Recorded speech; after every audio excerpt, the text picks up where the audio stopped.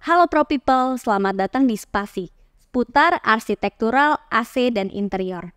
Pada siang hari ini saya berada di showroom PT Utama Bintang Aircon Persada di Solo. Nah, siang hari ini saya nggak sendirian nih, saya bersama dengan Pak Budi dari PT Utama Bintang Aircon Persada dan juga Pak Yoas dari JWRA Studio. Nah, pada siang hari ini kita akan membahas mengenai sirkulasi udara yang baik. Nah, menurut Pak Budi sendiri, untuk kualitas udara saat ini tuh bagaimana sih, Pak? Kalau kualitas udara saat ini di Indonesia, terutama di Jakarta saat ini kan memang sedang banyak polusi ya. Kan kalau di Solo memang masih belum terlalu. Tapi sekarang dengan 5 tahun terakhir memang ada sedikit peningkatan untuk polusi itu pasti ada. Lalu kalau dari Pak Eo sendiri nih, gimana Pak kualitas udara saat ini nih? Terutama di Solo ya, Pak. Saya setuju dengan pendapat Pak Budi. Jadi, tapi kita bisa melihat ke belakang dulu tentang ada suhu permukaan bumi yang meningkat. Nah, itu banyak pengaruhnya, termasuk pada iklim dan kualitas udara.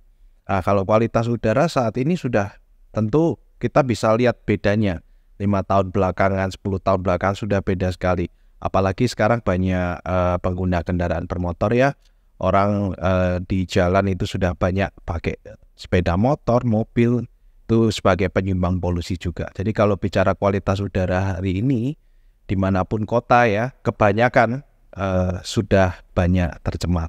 Nah, kira-kira kalau di project nih sendiri nih Pak, ada nggak sih kendala dalam mendesain gitu ya Pak, terutama dengan kondisi udara saat ini tuh apakah ada permintaan dari customer gitu kayak mereka mau rumahnya tuh yang seperti apa dengan kondisi udara yang seperti ini gitu, apakah ada solusinya gitu Pak dari sisi desainnya sendiri sih gitu. Baik, ini tantangan yang menarik ya. Jadi sebetulnya kalau kita di lingkup di arsitektur, kita berusaha sebetulnya bagaimana arsitektur itu bisa sustain juga ya, bangunan-bangunan, rumah tinggal. Kita bicara bagaimana mengusahakan ventilasi, sirkulasi udara itu semua secara normal, secara natural. Kita berusaha membuat desain senatural mungkin. Kita maunya seperti itu.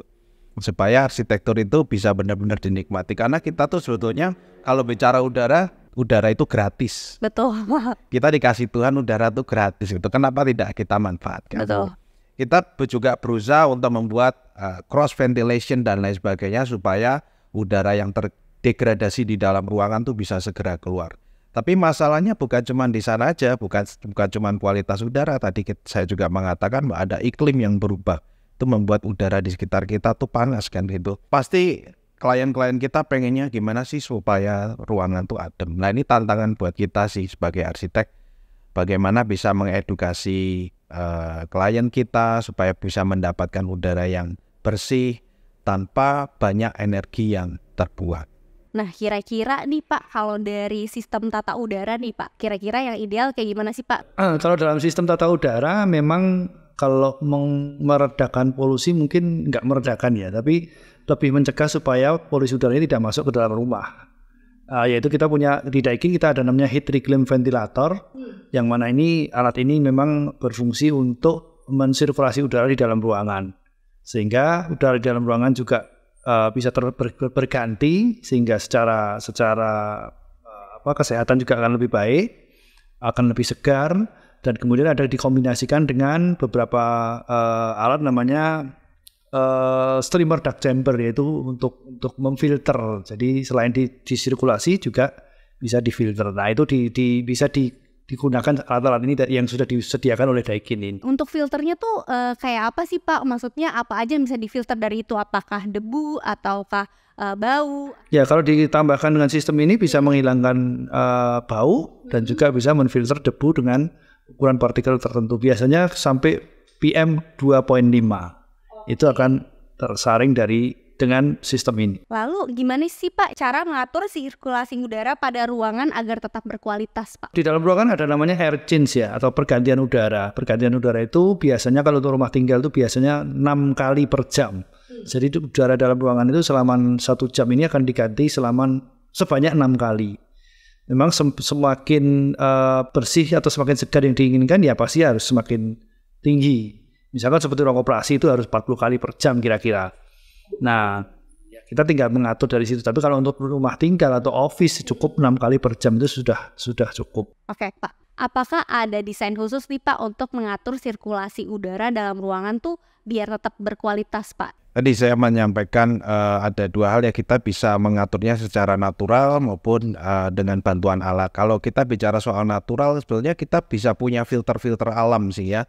Dengan pohon, dengan tanaman di dalam ruangan, itu sebenarnya bisa membantu.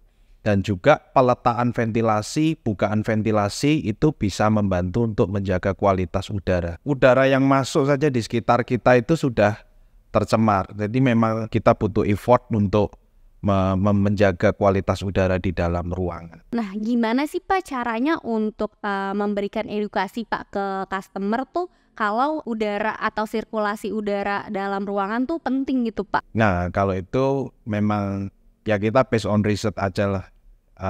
Saya telah melakukan beberapa riset ya tentang hal itu. Nah, kita bisa cerita dari sana bahwa ini yang kita uji coba, ruangan seperti ini, sirkulasi udaranya seperti apa. Kita pakai alat-alat ukur sehingga kita tahu kualitas udara yang sebenarnya. Nah, itu yang kita ceritakan. Setidaknya kita mencoba edukasi seperti itu. Kalau kita bicara udara kita nggak kelihatan. Tapi kalau dengan data itu akan membantu. Oke Pak. Nah kalau dari Pak Budi nih Pak, nah apakah ada tantangan tersendiri Pak dalam mendesain tata udara untuk proyek-proyek yang udah pernah Bapak desain gitu? Ya kalau tantangan memang biasanya sebetulnya kalau mendesainnya sebenarnya nggak sulit sih ya.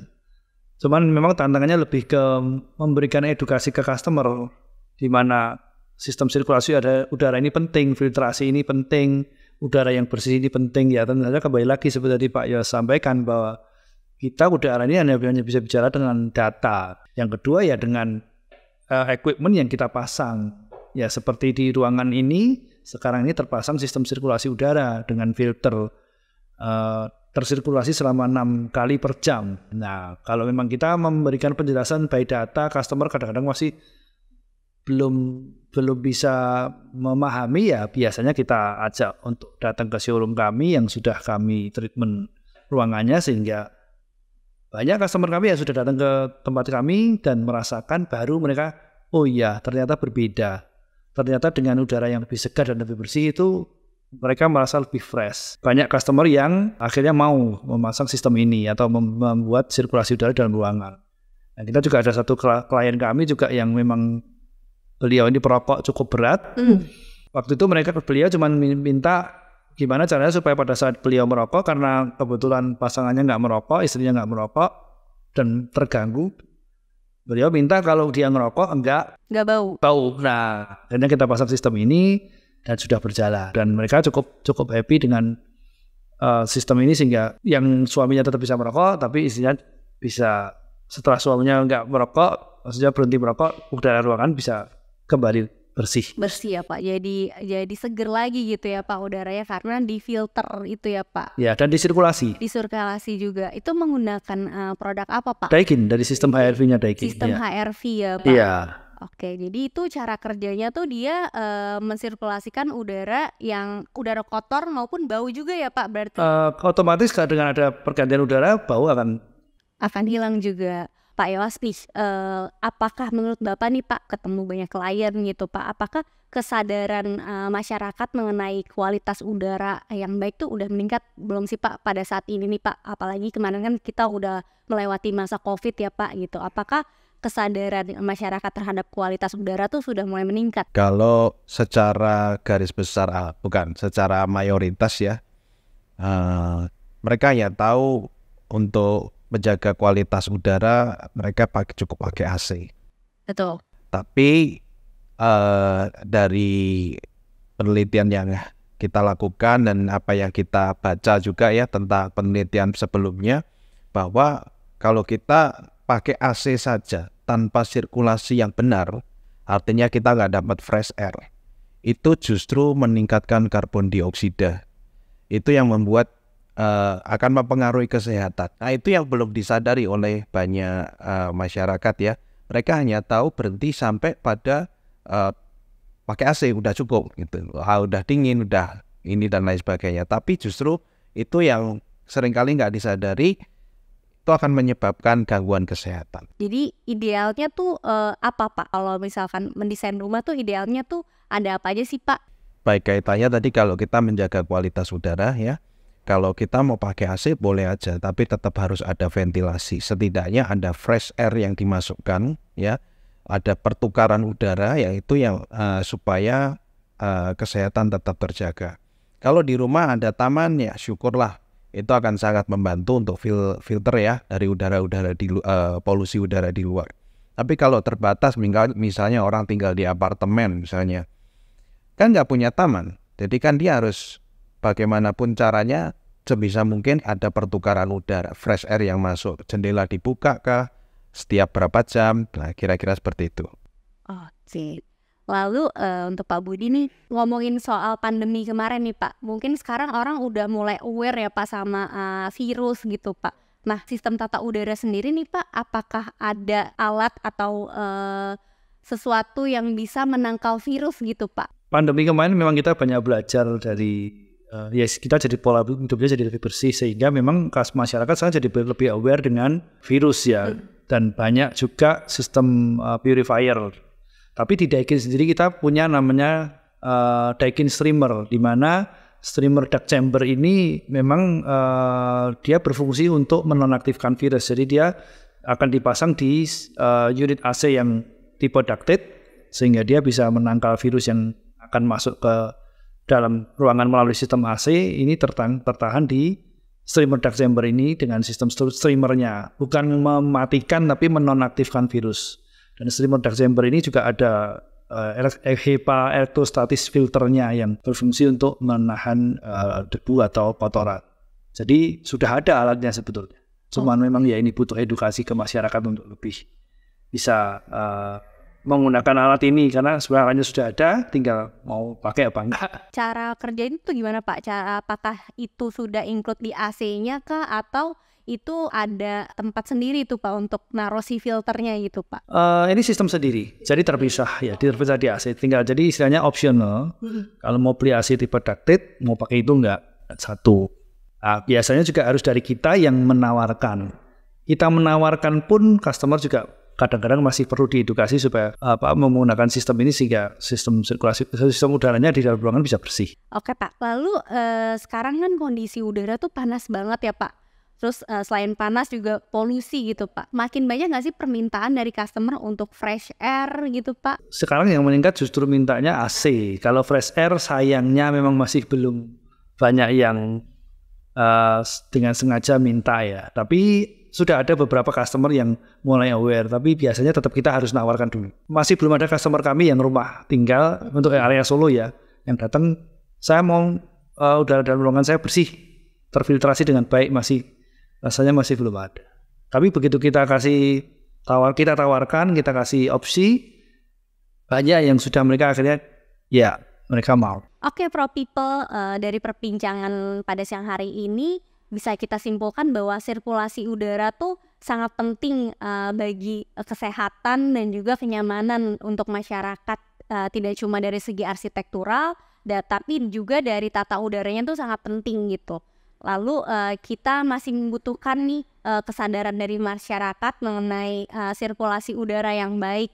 Terima kasih untuk Pak Budi dari PT Utama Bintang Aircon Persada, dan juga Pak Yowas dari JWRA Studio udah meluangkan waktunya nih untuk berbincang-bincang bersama kita di siang hari ini. Oke Pro People, apabila ada pertanyaan lebih lanjut nih mengenai sirkulasi udara yang baik, bisa tulis di kolom komen, dan juga apabila ada yang mau dibahas nih seputar arsitektural, AC dan juga interior, info aja nih ke kita melalui kolom komen di bawah. Thanks for watching and have a nice day.